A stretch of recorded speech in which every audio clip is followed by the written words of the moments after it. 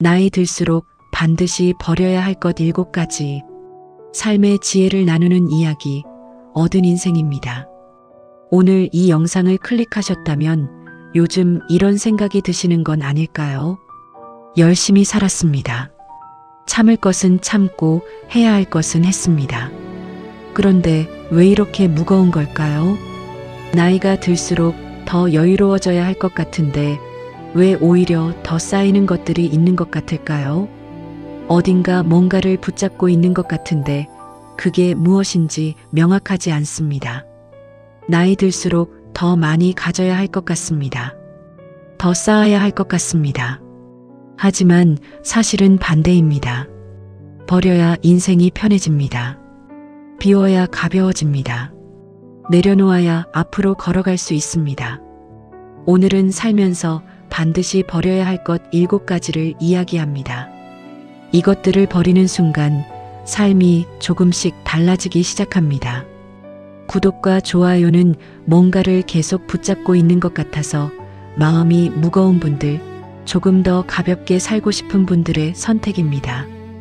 인생이 가벼워지는 비결은 더 가지는 것이 아니라 조금씩 내려놓는 것입니다. 이 말이 와닿는다면 지금 함께 해주세요. 나이 들수록 반드시 버려야 할 것 7가지, 지금 시작합니다. 왜 버릴수록 인생이 가벼워지는가? 먼저 이 이야기부터 드려야 할 것 같습니다. 우리는 오랫동안 더 가져야 한다고 배워왔습니다. 더 많이 알아야 하고, 더 많이 가져야 하고, 더 많이 이루어야 합니다. 채우는 것이 성공이고, 비우는 것은 포기처럼 느껴졌습니다. 그런데 살다 보면 알게 됩니다. 가장 무거운 것이 물건이 아니라는 것을, 가장 힘들게 하는 것이 물질이 아니라 마음속에 쥐고 있는 것들이라는 것을, 자존심, 후회, 남의 시선, 내 방식에 대한 고집, 이것들이 눈에 보이지 않아도 무게가 있습니다. 그 무게가 쌓이면서 삶이 무거워집니다. 버린다는 것이 포기가 아닙니다. 내가 더 잘 살기 위해 불필요한 짐을 내려놓는 겁니다. 무거운 짐을 지고 달리는 것보다 짐을 내려놓고 걷는 것이 더 멀리 갈 수 있습니다. 자기 반성을 해볼게요. 지금 내가 붙잡고 있는 것들 중에 내 삶을 무겁게 만드는 것이 있나요? 오늘 이야기한 7가지가 그 답을 찾는데 도움이 될 겁니다. 첫 번째, 괜한 자존심. 미안하다는 말 한마디면 끝날 일을 자존심 때문에 관계를 멀어지게 합니다. 이것이 왜 생기는가를 먼저 이야기해 볼게요. 우리는 오랫동안 약한 모습을 보이면 안 된다고 생각해 왔습니다. 먼저 사과하면 지는 것 같습니다.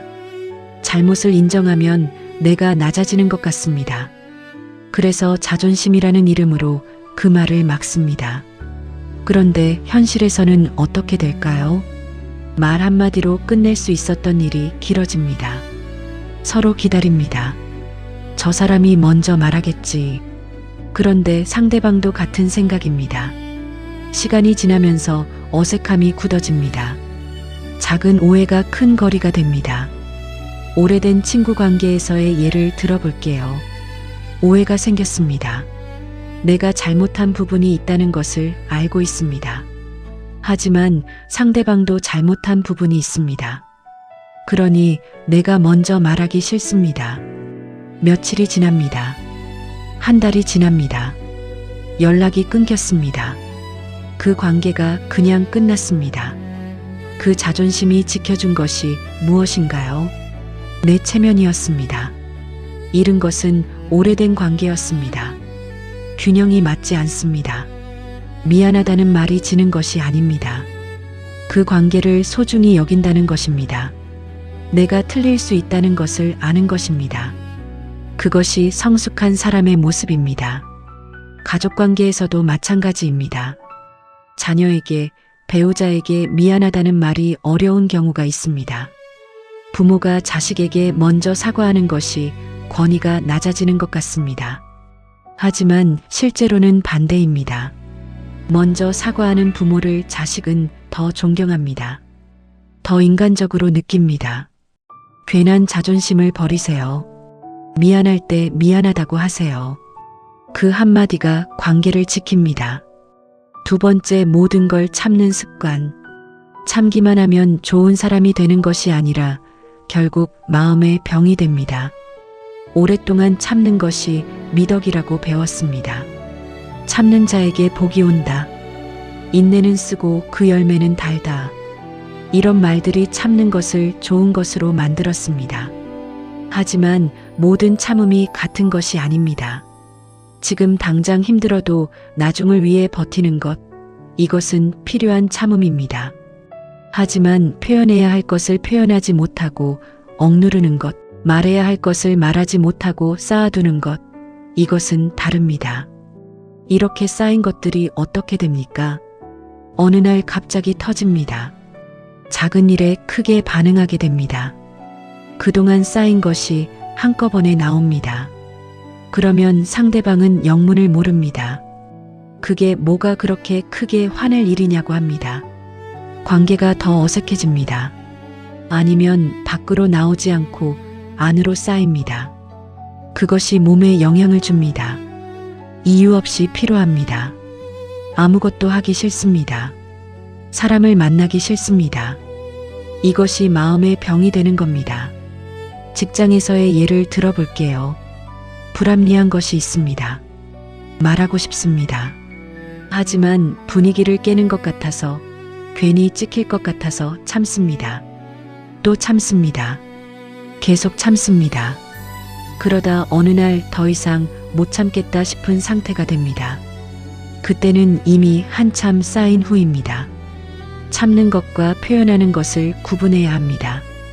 표현해야 할 것은 표현해야 합니다. 작게, 적절하게, 제때 표현하는 것이 쌓이지 않게 합니다. 그것이 건강한 방식입니다. 세 번째, 남 눈치 보는 습관. 생각보다 사람들은 내 인생에 그렇게 관심이 없습니다. 이 말이 처음에는 서운하게 들릴 수 있습니다. 하지만 곰곰이 생각해보면 해방감을 주는 말입니다. 내가 어떤 옷을 입었는지, 내가 무슨 차를 타는지, 내가 어디 사는지, 내 자식이 어떻게 됐는지, 나는 이것들이 다 신경 쓰입니다. 남들이 어떻게 볼까? 판단하지는 않을까? 뒤에서 뭐라고 하지는 않을까? 하지만 현실은 어떨까요? 다른 사람들도 자기 삶으로 바쁩니다. 자기 걱정, 자기 일, 자기 가족. 내 생각을 하루에 몇 분이나 할까요? 생각보다 훨씬 적습니다. 내가 남의 눈을 의식해서 했던 결정들을 떠올려 보세요. 이것을 하면 어떻게 볼까? 저것을 하면 뭐라고 할까? 그 의식 때문에 하지 못했던 것들, 가지 못했던 길들이 있지 않나요? 오래된 예가 있습니다. 하고 싶은 취미가 있었습니다. 그런데 이 나이에 저거라면 이상하게 보지 않을까 싶었습니다. 주변에서 뭐라고 할 것 같았습니다. 그래서 시작하지 못했습니다. 그런데 실제로 시작해보니 아무도 신경 쓰지 않았습니다. 오히려 잘한다고 했습니다. 남의 시선은 내가 생각하는 것만큼 강하지 않습니다. 그리고 그 시선을 의식해서 살다 보면 내 인생이 아닌 남의 기대에 맞춘 인생이 됩니다. 그것이 가장 큰 손해입니다. 눈치를 버리는 연습을 해보세요. 작은 것부터 시작해도 됩니다. 오늘 하루 남이 어떻게 볼까보다 내가 어떻게 하고 싶은가를 먼저 생각해 보세요. 네 번째, 지나간 일에 대한 후회. 이미 끝난 일을 붙잡고 있으면 오늘 하루가 무거워집니다. 후회가 있다는 것은 그 일이 나에게 중요했다는 것입니다. 다르게 했으면 어땠을까 하는 마음이 드는 것은 자연스럽습니다. 하지만 그 후회가 현재 진행형이 되면 문제가 생깁니다. 이미 지나간 일은 어떻게 해도 바꿀 수 없습니다. 내가 그 기억을 아무리 다시 꺼내도 그 일이 달라지지 않습니다. 하지만 꺼낼 때마다 달라지는 것이 있습니다. 지금 내 기분이 나빠집니다. 지금 쓸 수 있는 에너지가 줄어듭니다. 오래전 직장에서의 예를 들어볼게요. 몇 년 전 어떤 결정을 했습니다. 그 결정이 지금 생각해도 아쉽습니다. 다르게 했더라면 어땠을까 하는 생각이 가끔 올라옵니다. 그 생각이 올라올 때마다 기분이 가라앉습니다. 하지만 그 결정은 이미 끝난 일입니다. 그때의 나는 그때의 상황에서 최선의 판단을 했습니다. 후회를 버리는 방법이 있습니다. 그 일에서 배운 것을 찾는 겁니다. 그 일을 통해 내가 무엇을 알게 됐는지 그 배움을 가지고 앞으로 가면 됩니다. 그것이 과거를 현재에 쓰는 방법입니다. 후회로 쓰는 것이 아니라 배움으로 쓰는 겁니다. 그리고 이 말을 기억하세요. 그때의 나는 그때의 나였다.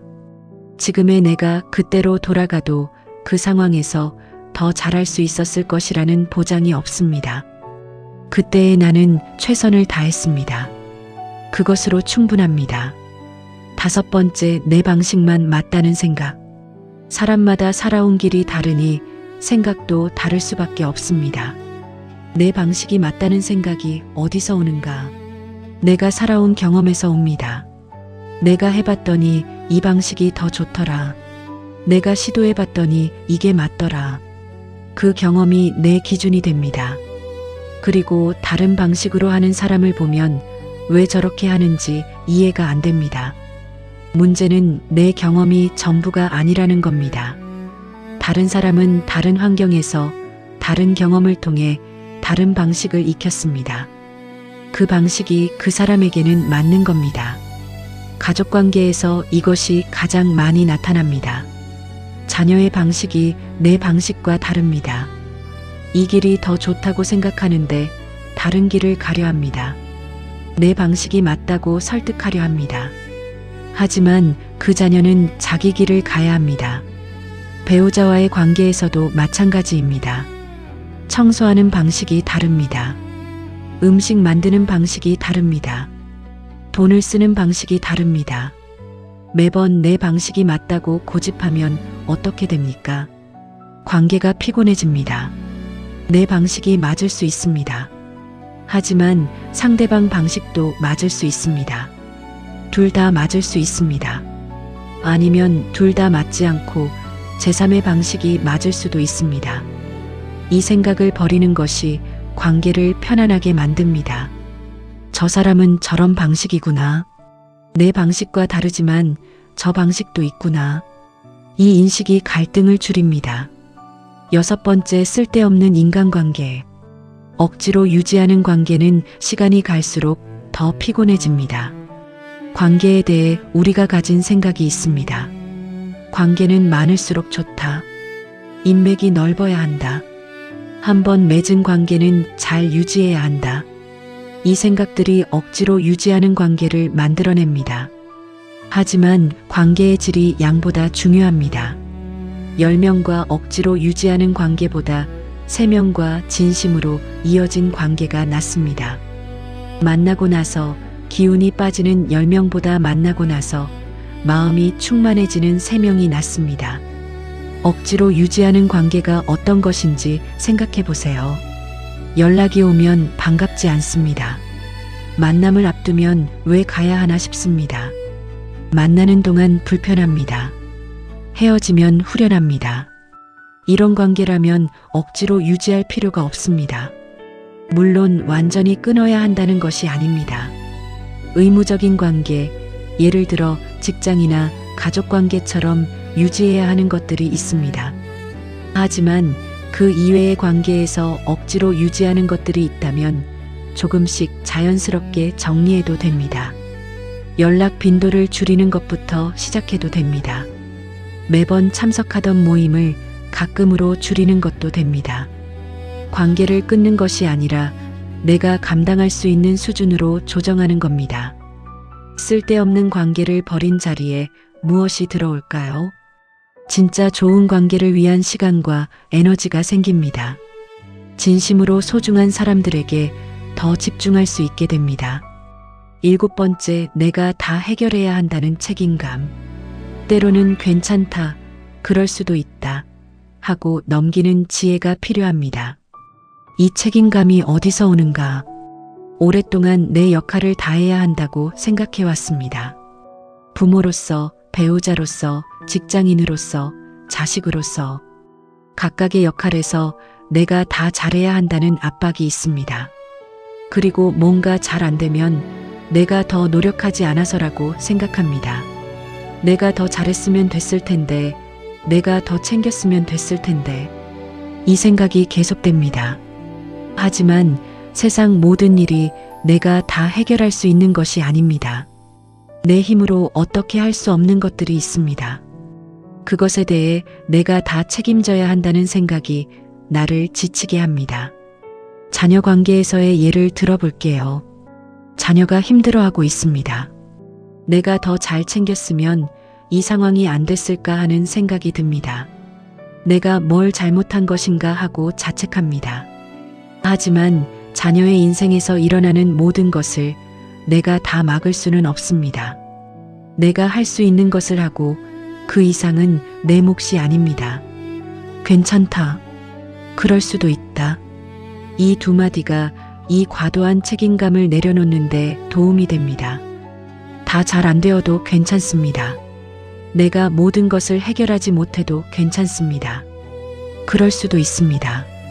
인생에는 내 힘으로 어떻게 할 수 없는 것들이 있습니다. 그것을 인정하는 것이 지혜입니다. 버릴수록 채워지는 것들. 오늘 7가지를 이야기했습니다. 괜한 자존심, 모든 걸 참는 습관, 남 눈치 보는 습관, 지나간 일에 대한 후회, 내 방식만 맞다는 생각, 쓸데없는 인간관계, 내가 다 해결해야 한다는 책임감. 이것들을 버리면 무엇이 남을까요? 관계가 더 편안해집니다. 미안할 때 미안하다 할 수 있으니 오해가 오래 남지 않습니다. 표현해야 할 것을 표현하니 쌓이지 않습니다. 남의 시선보다 내 기준으로 살게 되니 내 삶이 됩니다. 마음이 더 가벼워집니다. 지나간 것은 지나간 것으로 두니 지금이 선명해집니다. 내 방식만 고집하지 않으니 관계가 편안해집니다. 억지로 유지하는 것들이 없어지니 진짜 소중한 것들이 보입니다. 에너지가 생깁니다. 다 해결해야 한다는 압박을 내려놓으니 내가 할 수 있는 것에 집중할 수 있게 됩니다. 나이 들수록 인생이 가벼워지는 비결은 더 가지는 것이 아닙니다. 조금씩 내려놓는 것입니다. 버릴수록 채워집니다. 비울수록 들어옵니다. 오늘 이 7가지 중 하나부터 내려놓기 시작해보세요. 얻은 인생은 조금씩 내려놓으며 살아가는 지혜를 함께 나눕니다. 오늘 이야기가 마음에 닿았다면 구독과 좋아요로 좋은 인연 이어가겠습니다. 인생이 가벼워지는 비결은 더 가지는 것이 아니라 조금씩 내려놓는 것입니다. 오늘 하나씩 내려놓기 시작하시는 당신을 진심으로 응원합니다.